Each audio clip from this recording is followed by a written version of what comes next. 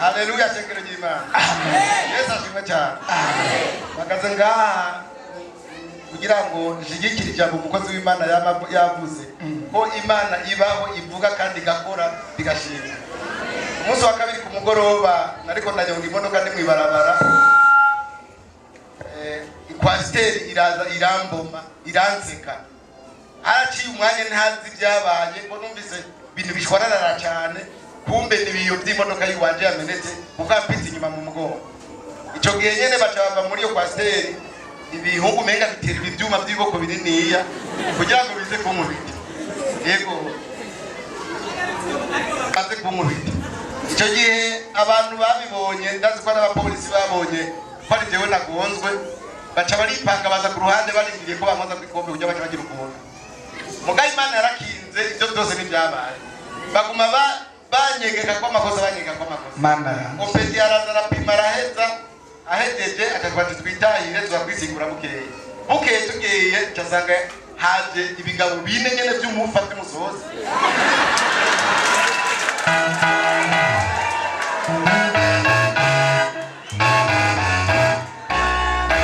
Biguma binyegeka ko y'amakosa barasigura n'ibindi nagize, umuntu abakuvye priorite na upeja kitwenge ati umuntu abakuvye priorite umugonga wewe mu mbavu ntakugonga mu mugongo.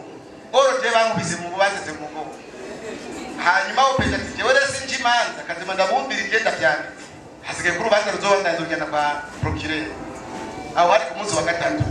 Hanyuma cameraho ngumazenga ati Mana sangujya muntu umwumvishe ko yankoreye amakosa. Ibirinde ku rubanza ngo niyo urubanza nararutse. Hanyuma rero ageze ku munsi wa kane ndungize umushoferi kwa ntorera umupeji na dossier bijyane kwa procureur. Umushoferi ari mu nzira agenda mu nyuma nk'iminota 10 yagarutse antelefona ambwira ngo wa muntu aremeye icyaha, aremeye ikosa.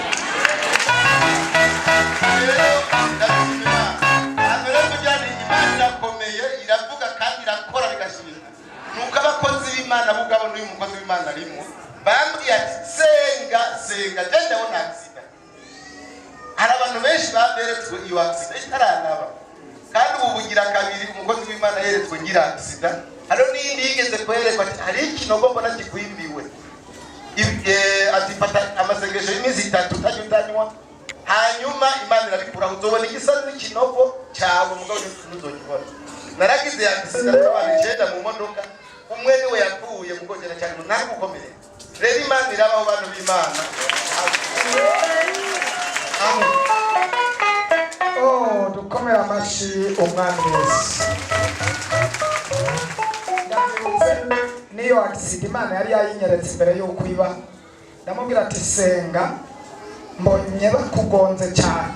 Na yakumbuka na hiyo accident nilimwambia ajali hiyo ni kubwa. Omba naona unapata ajali kubwa sana.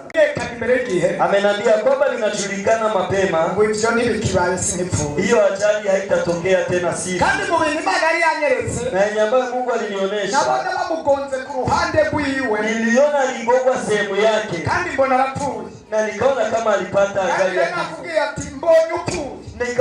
Nimeona kifo. Atarambira ati sinipfuye ko bimenyekana imbere y'iki. Akanambia kwamba uliachua mapema sivi. Tweretse kugira tubikure. Inamaanisha kwamba Mungu alituonyesha wewe. Mbanyene ntiyapfuye na hakufa. Bagonze inyuma. Waligonga nyuma ya gari yake. Ico cyari kimenyetso cyerekana inama yari yateguwe. Hiyo ni alama ya baraza ambayo imeandaliwa na Ibilisi.